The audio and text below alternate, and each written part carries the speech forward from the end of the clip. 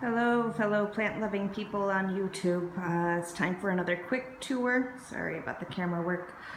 Today I am going to show you my little covered porch and all of the goodies that I have crammed in here. You can see I'll do a quick scan. I've got a couple of shelving units and then a couple of plants on the floor and lots hanging up. So, starting over in this corner, we've got my Bougainvillea. This is a flowering bush. It's pretty common here in tropical areas. I had gotten this last summer at Home Depot, and as soon as I brought it home, it promptly pretty much died off. All of the leaves shriveled up. I was patient though, and I watered it, gave it some time, and as you can see, it's come back in full force. Essentially all of the growth that you're seeing is new since I got it last summer. This year it's put up from here all the way up, high enough that I actually had to add some bamboo stakes to give it some support. It hasn't yet flowered for me this summer. I'm hopeful, but we'll see. If it does, I will update y'all on it. And then scrolling over here, we've just got my basic elephant ear succulent bush. This has grown quite a bit, actually, since I last got it. I just got it tucked up in the corner there because I don't have anywhere else to put it. All of this growth coming over the edge is new, and I've had this probably for about 8 months, so it's doing pretty well. I actually like it when my plants stay on the smaller side because I like a variety, and when they get too big I run out of room and then I've got to make decisions. Here I've got my basil. I cut this back a lot. I use it almost every day in cooking, and it's doing really well. I've got two types in this pot actually. I've got my sweet basil, which is just overcrowding my Thai basil that I have here. This, when I first got it, it was a beautiful burgundy color, burgundy, but it's faded out. I think the sun is a little too bright in this corner. You can see I've got a jug of distilled water, and I use that for my carnivorous plants, which we'll get to in a moment. In this corner I've got my catnip that my cat enjoys to ignore, despite my best efforts at keeping that alive. This is a very high demand watering plant. It'll wilt if I don't water it every day or so, but it comes back, perks up when I do give it a little bit of a drink. Next to that, we had a plant exchange at work, and one of my colleagues brought me this little aloe plant. It's doing pretty well. It's not growing very fast, but like I said, I like my plants small.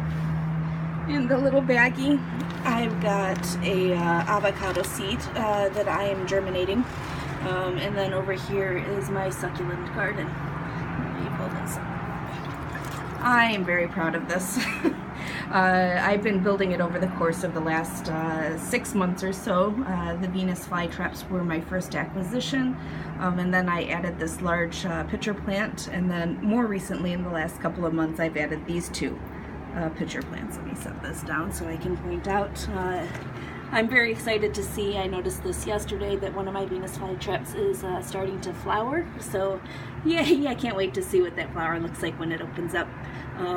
This is doing really well, and these little pitchers, are these just the most adorable things that you've ever seen? Aren't they cute? And then I've got another pitcher there. So I use exclusively rainwater, which I've had a lot of recently, as you can see by the lake on the floor of my porch, or when it's not so rainy out, the distilled water. These carnivorous plants tend to be very sensitive to the salts that are found in tap water, and I've learned through experience to use only distilled or rainwater. Over here I've got a I just smushed it. This was a very sad avocado plant that is made even more sad by my smushing it with the carnivorous plants.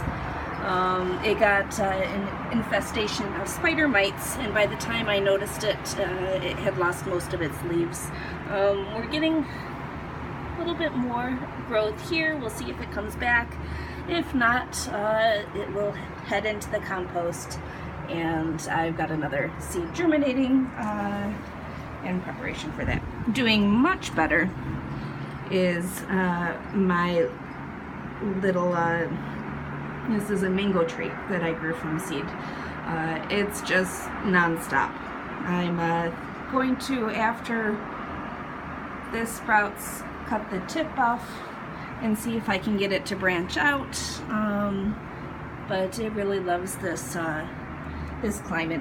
The thing that you have to keep in mind as you're growing mango or citrus, like or avocado or citrus like the mango or the lemon tree, is that they require a lot of fertilization. So this, because it's in such a small pot, I actually fertilize it maybe once every 2 weeks.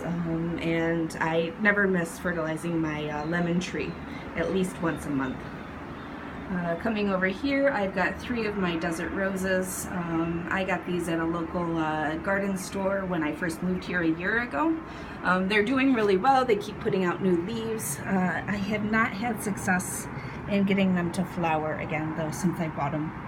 This one was promising a few months ago. It had what looked like flower buds on it, but then it changed its mind. I don't know what I'm doing with those, but as they continue to grow, I'm pretty happy. This is one of my Phalaenopsis orchids. These are really common down here. You can find them for pretty inexpensive. This large one in the pot I actually got at a local roadside stand for about $5.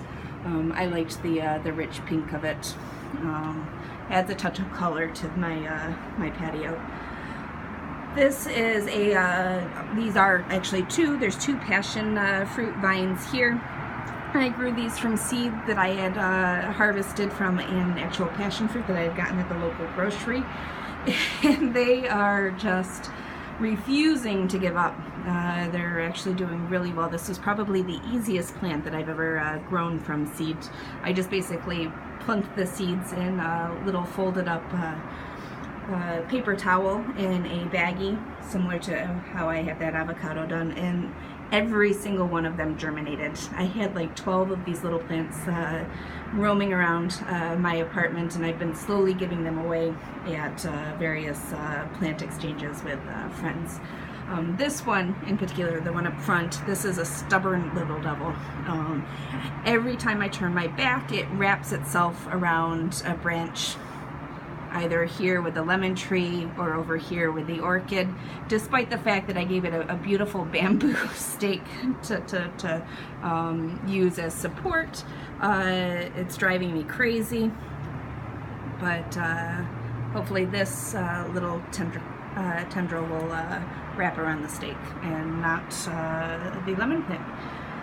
Here is my lemon plant. I did get this as a seedling. I didn't start it myself from seed.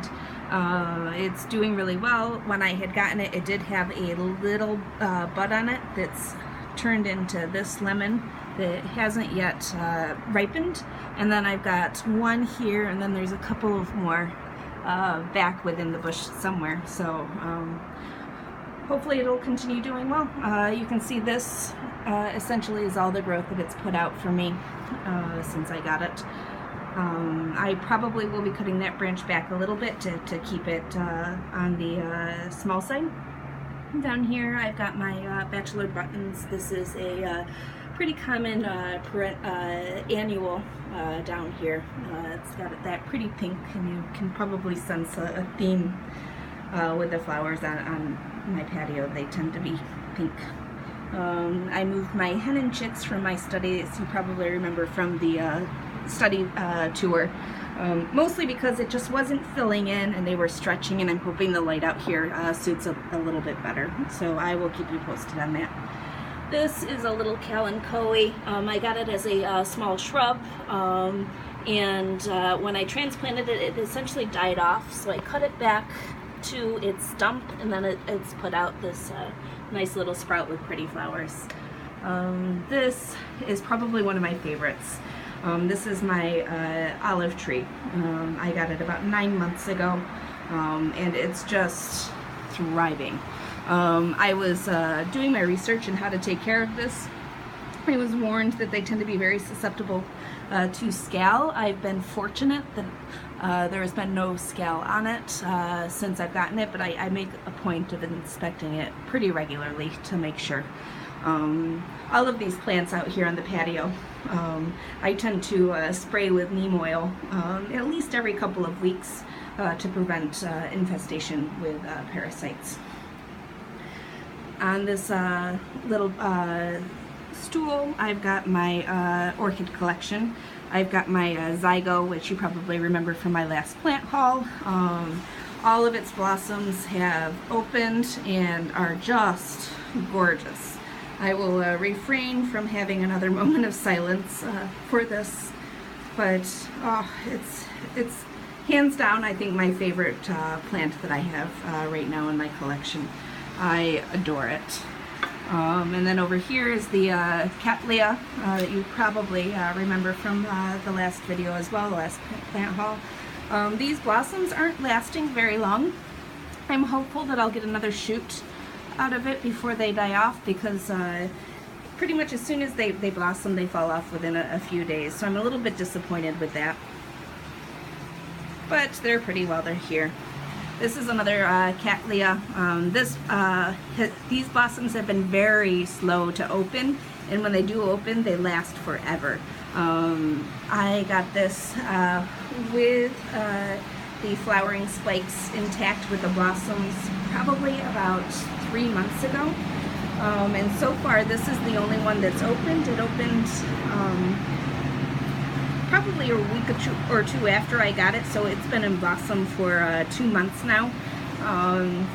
And you can see it's putting out more flowering buds. So I am thrilled that this seems to be compensating for my disappointing little Cattleya over there. Another Phalaenopsis. I really liked these particular flowers. Just the pink, the ornateness of the lines is just absolutely beautiful. Here, this is a very soft, I don't remember what the varietal of lavender this is. It's doing really well in this humid environment, so I'm happy with it. I got this the first week that I moved here, so I've had it for at least a year, and it's doing really well. And over next to it, I have my rosemary that's also not thriving as well as the lavender, but it's still doing pretty well. I got these two at the same time at a local nursery. And then because I like to use a lot of parsley in my cooking, I've got a curly parsley here and then a flat parsley over there. And they seem to be doing well. Coming over to this little table is, you can see, I've got a jungle of a Vicks plant. This, I believe, is in the sage family, but if anybody's familiar with the Vicks Vapor Rub, it has that very rich menthol scent to it, and it's just so strong. I've cut this back, I can't even count how many times, and it just continues to explode with growth. These are really easy to root, so when I do cut it back, I stick it in a little water, and then I give it to friends when it gets a good root bulb. And then over here, I've got a succulent that I had actually gotten. You can see the branch here. I'd gotten this branch as a cutting from a botanical garden in Chicago when I lived there about 1.5 years ago. And like the Vicks plant, it just grows non-stop. I've cut it back a ton of times, you can see, and each time I stick it in the dirt, it roots, and then it puts off shoots off of the main branch. And this branch, you can see there how it looks woody. Coming over here, all of these leaves and this thick branch here, that's all new since I got it about 1.5 years ago. So again, a common gift to coworkers and friends when I need to get rid of cuttings, but I don't want to throw them away. Coming down here, I've got a couple of slipper orchids that I had in blossom about 5 months ago. They really only blossom in the autumn, these ones, so I'm keeping them here. They like the slightly shaded area, and they're 3 different varieties. I don't remember which ones they are though, but they're doing pretty well. Coming next to that, this is a rescue.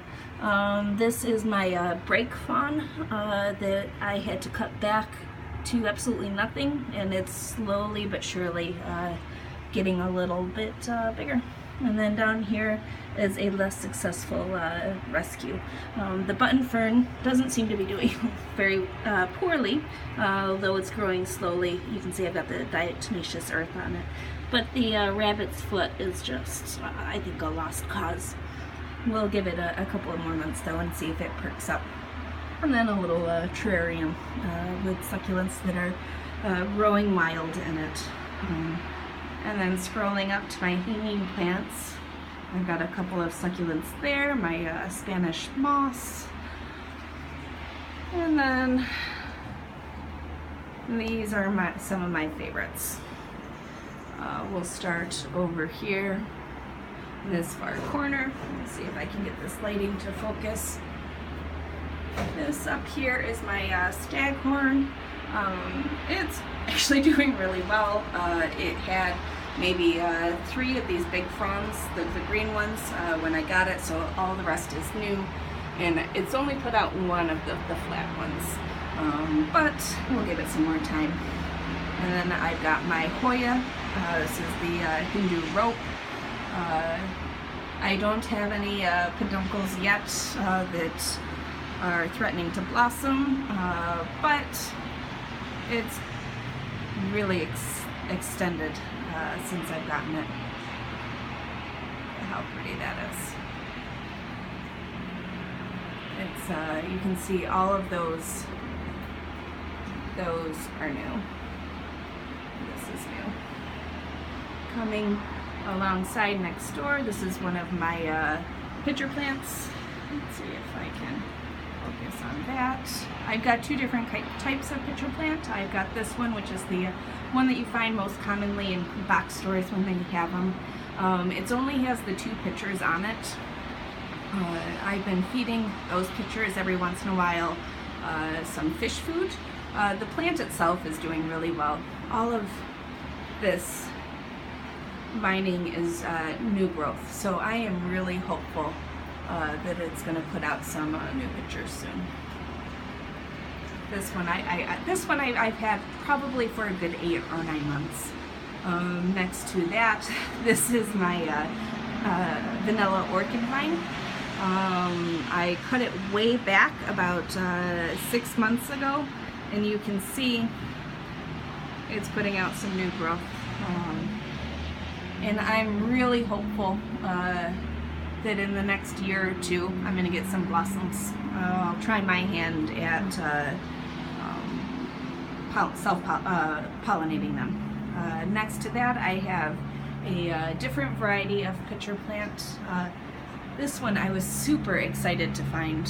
I found it about 6 weeks ago because it's just got these really ornate, thick, sturdy pitchers. Let's see if I can get a better shot over here.